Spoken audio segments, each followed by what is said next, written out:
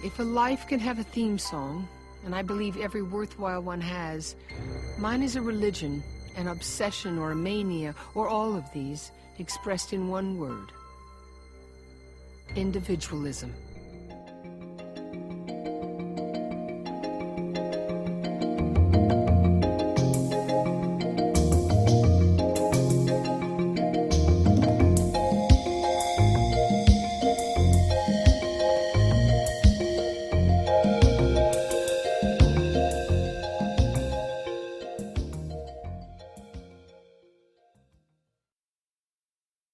You don't like altruists. I disapprove of them. I regard them as evil. Okay, but what's bad about the person who wants to help other people? Well, to begin with, that's the big mistake. People can want to help other people properly and with very good reasons, but that isn't altruism.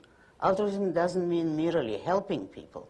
It means sacrificing yourself to others, placing the interests of others above your own.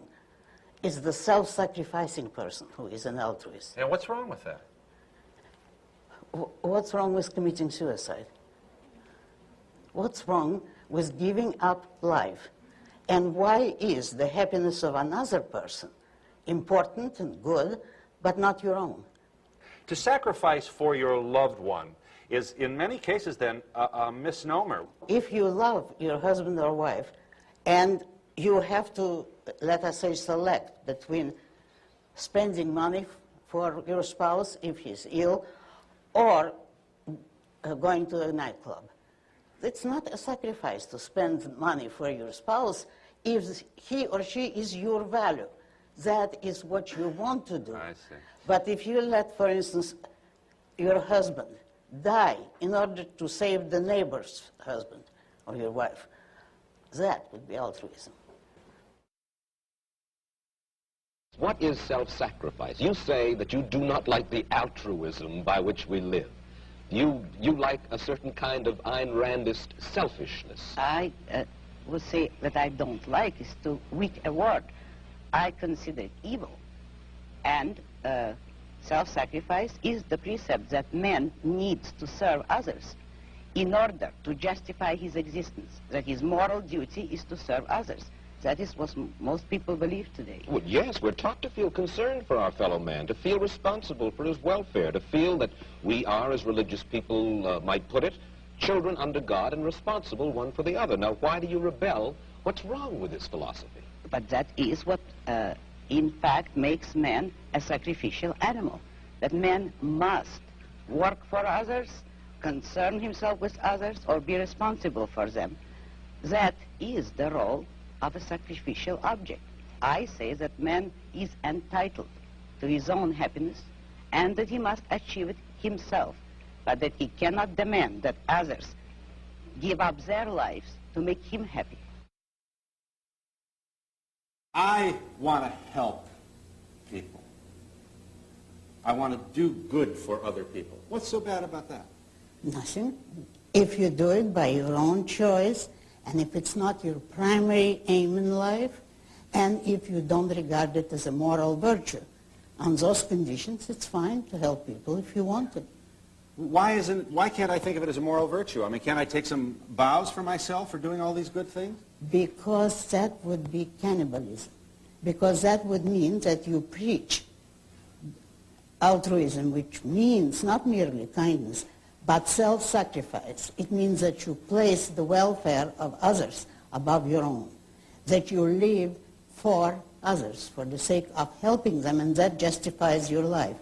That's immoral, according to my morality. I don't understand why you have to be so harsh in your evaluation of those people. Why call it immoral? Why don't you just say, why don't you say it's a waste of time? Why pass judgment on me? Because look at the state of the world today. Yeah. And you cannot be harsh enough on those who created it. And those who created it are the philosophers of altruism. It's those who preach self-sacrifice, selflessness, self-abnegation, all the anti-self theories, which means anti-man. All those who demand man's sacrifice, they have succeeded, and look at the results in the world. that's a theory or a way of life or a philosophic idea which is advanced by religions, that we should sacrifice for others. That's right. All right, I want to make sure I understand you, Miss Rand. Why is it so...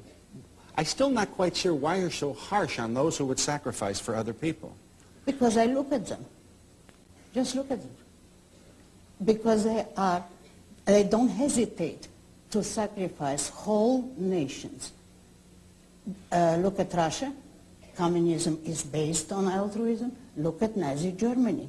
The Nazis were more explicit than even the Russians in preaching self-sacrifice and altruism, and self-sacrifice for the state, for the folk, the people. Every dictatorship is based on altruism. Now you can't fight it by merely saying it's a difference of opinion. It's a difference of life and death. She once wrote, "Do you know that my personal crusade in life, in the philosophical sense, is not merely to fight collectivism, nor to fight altruism. These are only consequences, effects, not causes.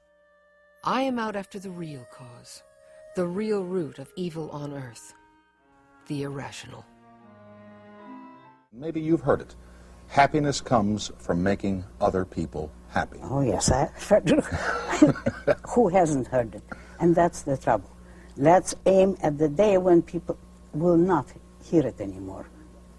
Because it isn't true, it isn't justifiable, and the first question you would have to ask is, why? Why is it good to want others to be happy, but not yourself?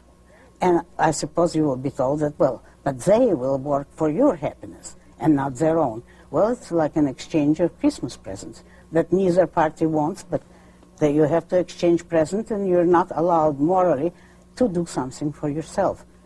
Whereas what I say, you can make others happy when and if those others mean something to you selfishly. If you love them, then you want to make them happy. Fine. If you don't love them, that's not a moral crime. You don't have to love everybody. You cannot love everybody because it's a meaningless expression. You can love only those whom you value, and if they contribute to your happiness, you contribute to theirs. That's fine. But each one of you has to be selfish about it. Supposing somebody were in love with you and said, I love you because you're so bad, so I sacrifice myself and I'm going to love you. Would you accept that, or would you say it's the most... No, sir, I wouldn't either. That's the most insulting thing anyone could have said to you, and yet that's what altruism would demand. And there is a great Russian writer who tried to practice it, Dostoevsky, who did marry a poor, stupid little seamstress whom he didn't love at all, out of the desire to make her happy, you see. The end of it was she committed suicide. Now that is an altruist practice. That's what altruism leads to. How about it's more blessed to give than to receive? Well, that's obviously the welfare state. That's a clearly motivated slogan. To please give me something and you'll be blessed, but I will keep your material goods. Now, you don't mind getting presents, do you? Yes, I do. Do you really? Only from the people whom I love, or friends, or my husband. But that's what I mean. Yes, that I like, but from strangers I don't accept them. No, but within your family and the people that you care deeply about, you would give them a present too. Oh, yes, certainly. When I wanted to, but I wouldn't consider that a moral duty, and I wouldn't consider that a virtue at all.